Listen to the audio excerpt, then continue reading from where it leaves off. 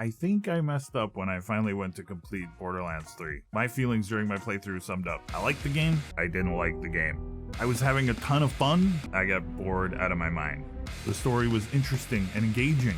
The story is slogged to a stop so bad that I nearly fell asleep. So I thought I would be sitting here making a video tearing this game apart a little bit, but somehow things turned around during my playthrough. So stick around for the Taterator at the end of the video. This is completion number 3 of the Potato Backlog project, and let's see where it landed for me. So how did I mess up? I simply couldn't let go of the fact that Handsome Jack is not the main villain of this game. I had a tough time moving past that right from the start, right from the get-go. I kept comparing the new bad guys, the psycho streamer twin villains, to everything Handsome Jack had done in the past, and they just came off as silly and stupid to me. But I kind of realized as it went on, that's how they're supposed to be. They're supposed to be annoying and dumb and over the top. Hey, turd farmers, check this out. But me doing this led me to be overly critical to other areas of the game as well. The side missions, the side characters that were showing up, the main story, everything, I was annoyed by it all because it wasn't Borderlands 2. This very nearly ruined the experience for me, and it was all my fault. Luckily, the game was good enough to snap me out of that about 3/4 of the way through the main storyline. The game finished really strong, and it left a great impression with me after I completed and rolled the credits. It left me wanting to play more. So let's have a really quick look at the things I liked about this game. Cross-platform play. Man, it's such a must this day and age. People want to play games together, let them. This was added post-launch. I don't even know if they had plans to do it initially, but they did it.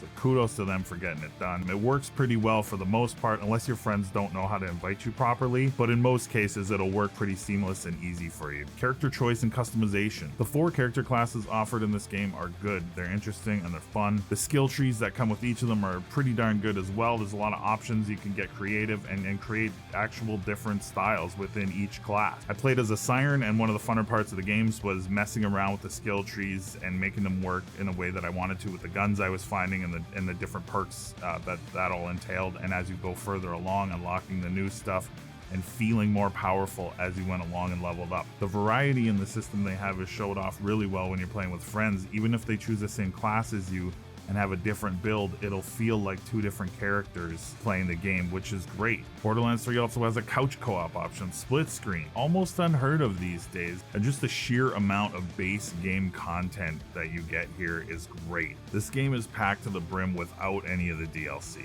and I really don't feel so bad that I paid full price when this game first came out and I'm only beating it now. A special shout out to Pain and Terror, characters in the game based on Penn and Teller. I was really surprised when those characters came up, and it's probably my favorite part of the game. I loved it. Really cool.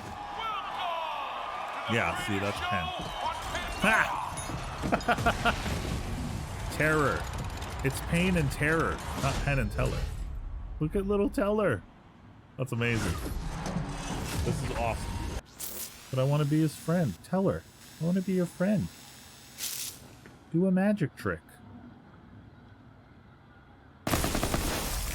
I'm the greatest. Last but not least, the looting. It's still fun to loot and shoot, and this game has a ton of loot, and it's always exciting to hear the legendary ping, watching colorful loot drop. It's just exciting. It's still a thing that hits for me. The loot tank!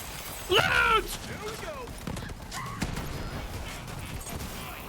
So I did have a list of things I didn't like that I was going to go through, but after I finished the game and saw the endgame options, the list feels kind of nitpicky to me now when I look back. It took seeing the entire game as a full package at the end and it snapping me out of my Borderlands 2 thing to make me really appreciate it. Besides a lull in the main story and the middle part, everything here works pretty darn well. Borderlands 3 at one point was going to be a soft 3 for me on my Taterator scale, but the game finished so strong, and the options you have after to continue playing and the replayability of it without having to spend any more money than you did for the base game just bumps it up into that next tier for me. While not a perfect game, there's just a ton here that works, and it's great. So 4 out of 5 happy potato faces on the Taterator scale. Replayability, massive amount of content. If the writing had been just a little bit stronger and the pacing of the main story events and when they happen were tightened up a little bit to carry a little bit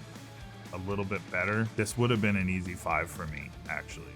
So I'm pleasantly surprised. Even though I fought against it for about 60% of my playthrough, the game was good enough to win me over in the end. And I love that. I love a game that has the ability to do that. I definitely recommend playing through this game if you haven't already. It's dirt cheap on Steam, whatever platform you're on. Find some friends that might still be playing it and go have a good time in Pandora. So that's completion number 3 of 431 in the books for the Potato Backlog Project. Thanks everybody for tuning in and checking it out. We're on to the next one. Be kind to yourselves and others that deserve it.